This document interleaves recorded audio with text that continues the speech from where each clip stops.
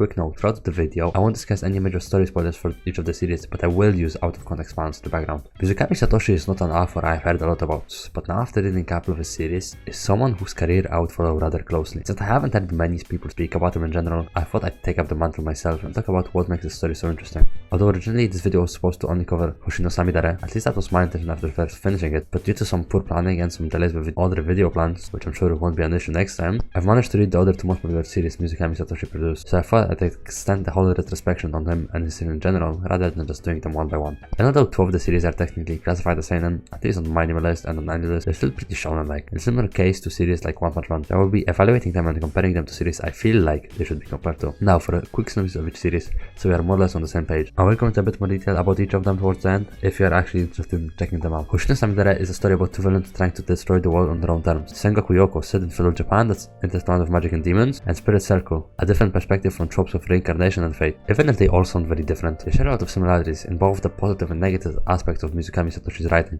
so let's see what makes it so unique compared to other shonen. I decided to break it down into two major components so the whole process is easier to follow. First of all, the story. Like I previously mentioned, although both Hoshi no Samidare and Spirit World are technically classified as seinen, they both do feel like a typical shonen series to me. However, all of them have a rather non-conventional approach to storytelling. Even if all the things I say make it sound like something you've seen before, the way it's implemented is pretty distinct. Although the word pacing might not mean a lot to some of you after it's being thrown around pretty often nowadays, it definitely stands out in the series Mizukami Satoshi produces. The way his stories are written can feel kind of like a racetrack, pacing varying from being incredibly fast to sometimes very slow. The quote-unquote severity of it does slightly vary from one series to another, however they are all still pretty rapid when it comes to moving the story forward. Not only that, but they also seem to have a lot packed in each chapter, which combined with the fast pace is sometimes overwhelming, but it also makes each chapter feel more rewarding to read, as you're getting plenty of story and development in the 20 to 30 pages. However, I think this ended up being a double-edged sword at times. During key moments of the series, the fast pacing sometimes reduced their emotional weight and impact that should have lasted longer than it did. On one hand, maybe it's exactly this weird approach that made it so memorable though. Character development, which I thought I could put at the next section, but decided it would make sense here, as it was the way that it was implemented that made it stand out to me. Because by no means do I mean the actual character development was bad, but the process stood out to me even more. For a lot of moments in the series, there was no subtlety in the character change, and if anything it was directly stated, which was something I haven't seen done before. Of course, for those who like to delve and analyze each character, there are examples of that, but the fact that there were many moments of which were described heavily was shocking. Honestly, even the humor, which can be pretty hit or miss in anime and manga, was implemented pretty much perfectly. Not only because it was placed in perfect moments without major detriment to the actual story, but also because it made use of Mizukami Satoshi's strongest point of writing, which was his characters and their interactions. And lastly, as weird as it sounds, is something I cannot explain fully myself. Not only to not spoil anything from the stories, but also because I don't understand the phenomenon myself.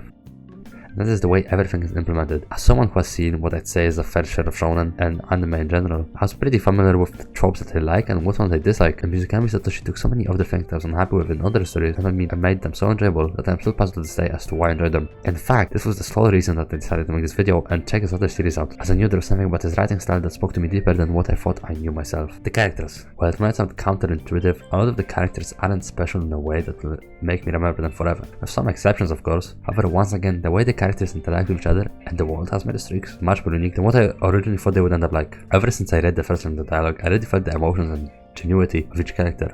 And while I initially attributed this to maybe the translator being good at his job, this was pretty much the case for all of the series, so it was definitely Mizukami Satoshi that managed to make the dialogue so enjoyable. And in fact, it's probably the best part about this series as a whole. While he didn't limit conveying his message of each series just to dialogue, which is something a lot of series like Monogatari do, still managed to have those moments of pretty thought for some characters. Even if not every text bubble ends up creating a new philosophical quote, it will probably end up as one of my favorite ways to write dialogue, as he was able to seamlessly include all kinds of emotion in conversation, and all of this could only be accomplished because of his characters, and they were at times incredibly human. And it wasn't just the actual dialogue that managed to humanize characters, even their mannerism towards each other, their own agendas and thoughts that sometimes didn't align, and all of that made them seem much more alive, which is exactly why I think they're the best part of each series. Now, even if I technically only break it down into two major components, there are many factors at play which made the experience so unique, and I was hopefully able to convey that properly, and that it was enough to make you want to check out at least one of his work, which will hopefully resonate with you in one way or another. And if that is the case, then let me advise you to one I believe you might like the most. Sengoku Youko, a safe bet for all of those who like a typical battle shonen. It's the one that's actually classified as one, and it definitely feels like it out of all of the others. It's probably the simplest out of all of them, at least on paper, and if you're looking for something to scratch an itch of seeing amazing fight, pretty developed characters, or magic-filled feudal Japan, but want to experience it in Mizukami Satoshi's way, that would be my choice. Hoshi no Samidare. What was my first series and one I will probably remember the most fondly.